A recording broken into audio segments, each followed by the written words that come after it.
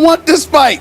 Not yet. I have concerns. This might be a competitive fight for the first time in a long, long time. If Canelo hits him, I'm worried. I will admit that. My money just might be on the young money here. I think old money is going to have a hard time in this one. I'm not betting against Floyd. I'm not betting against Floyd. I got to see somebody beat Money Mayweather to believe it.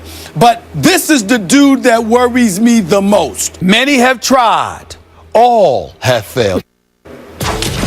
The eyes of the boxing world will be on Las Vegas Saturday when Floyd Money Mayweather and Canelo Alvarez hit the ring. ESPN boxing analyst Dan Rafael is there in Vegas, and he joins us right now. Dan, I asked you earlier, is there some type of electricity in the room? And you said normally with the fight, it starts on the Friday before. This time around, it's on a Tuesday. Explain all the international interest this fight brings.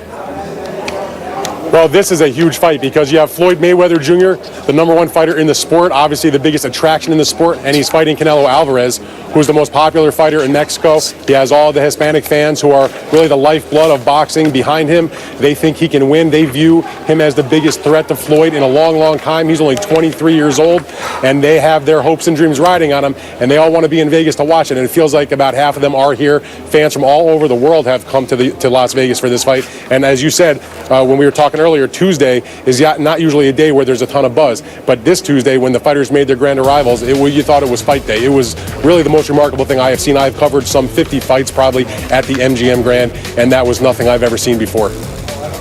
Dan Rafael, always great to talk to you, buddy. Love having you on the show. For those of us who believe that Floyd is the man, the best pound-for-pound fighter in the world, but at the same time, he's going against Saul Alvarez, how worried should Floyd Mayweather fans be about Canelo Alvarez? Well, I think maybe he poses a slight bit more risk than some other fighters that he has faced in the past. But people who look at Canelo and don't think about all the other guys that Floyd has faced over his career that also were perceived going into the fight as quote-unquote his toughest test are forgetting fighters he fought. You have to go back even to the beginning of his championship career when he fought Gennaro Hernandez, who was unbeaten at 130 pounds, and people thought that Floyd was biting off way much more than he could chew at that early age. Jose Luis Castillo was the #1 lightweight, the boogeyman, and Floyd Mayweather beat him 2 times. You go on in further other fights where he was fighting big names and he was beating them all the way up. Diego Chico Corrales, 2001. That's the last time I picked against Floyd Mayweather. And he went out there and he dropped Chico Corrales, the late Chico Corrales, 5 times and stopped him in the 10th round. So he's been in this position before where his opponent is supposed to be the toughest guy he's ever faced, and Floyd has gone through him with no issue. Now, I'm not saying he's going through Canelo with no issue. I think maybe Canelo, because of that youthful exuberance, that power, and just the desire, might be in there for a few rounds. But when it's all said and done, we'll see Floyd Mayweather do what Floyd Mayweather does, and that's beat his opponent. So you're picking Floyd to win this fight? Absolutely. Like I said, Stephen A., I have not picked against Floyd Mayweather Jr. since 2001. I'm not about to change now. Like you said in your earlier comments, I got to see somebody beat the money man before I'm picking against them. Hey, Dan, Go ahead, Skip. It's Skip Bayless. Could you explain to our viewers the controversy surrounding the catch weight in this fight, please? Well, it's not really a controversy. What has happened throughout the history of boxing is fighters, when they're making business deals, they try to get the best terms for them. Floyd Mayweather is a welterweight who is moving up in weight to join junior middleweight, where Canelo Alvarez has been for the last couple of years. He's also a former welterweight, but he's a naturally bigger guy. And so in order to make the fight, Floyd was trying to get a little bit of an advantage. Canelo certainly didn't want to drop 2 pounds from the 154 weight limit. So they eventually, after much back and forth, settled on 152. I think the controversy, frankly, Skip, comes a little bit from you. Because if I recall, back when they were promoting the fight when it first was announced, I think you had said something on the show about the catch weight was 152, and that was what Canelo Alvarez had to weigh on the night of the fight, which would obviously mean he would be very weight drained if that was the case.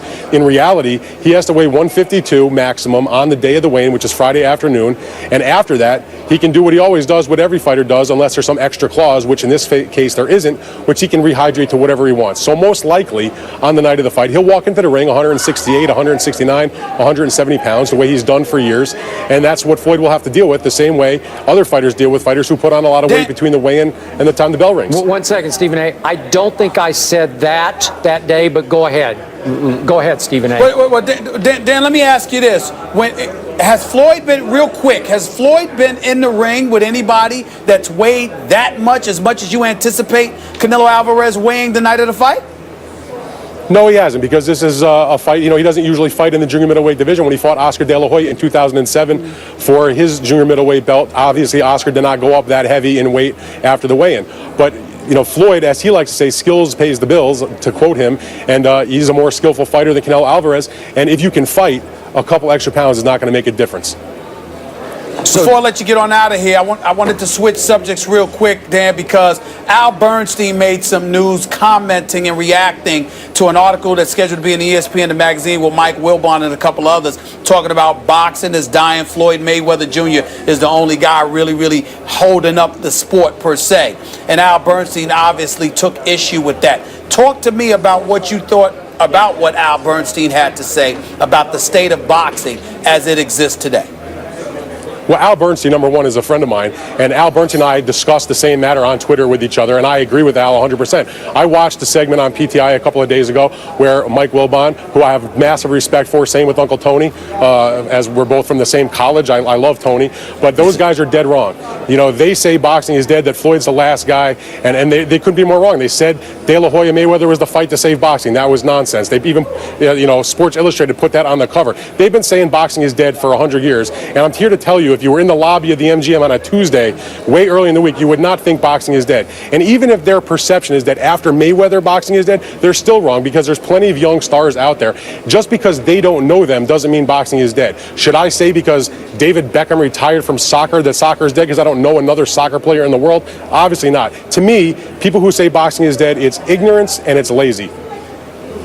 Well, I don't think it's dead, and I want to be on the record for saying that. But I did point out to Skip yesterday when we were talking that I think that, again, there's a lot of great matches. But if you don't know about them because the promoters are hindering you from knowing about them, there's hot fighters that they're handpicking, in terms of elevating their level of popularity. What are people supposed to believe? And that's the only way I would come to Mike and Tony's defense in that regard. It's not that there aren't great matches in boxing. It's that we don't know about them until they actually take place because the promoters control everything so much. How do you respond to that? First of all, the promoters don't control what I write. I write about fights that are coming up, fights that are being made, and I'm not the only one. I have colleagues that write for other publications, websites, Gotcha. Printed materials. The fact of the matter is, look on social media, look at the numbers that these fights are doing, the ratings, the sponsorships, the corporate America. Look around at the sponsor logos on this fight and other fights that Golden Boy Promotions puts on, and you see not just some fly-by-night company, you see major Fortune 500 corporations, worldwide things that are involved in this fight. They want people to see their product, they want people to see their logo, and they support it. And it doesn't take a lot of research to figure out what's going on. I write boxing on ESPN, a well-read website, every single day. It's on the front page often. We just had on ESPN the magazine this fight on the cover, 2 different covers, one for each fighter. So if boxing's dead, Mike and Uncle Tony, they didn't get the memo. Dan Rafael, our ESPN boxing analyst, thank you so much. Enjoy yourself in Vegas. Stay safe. We'll have you on the show again. Ladies and gentlemen, it is time for our final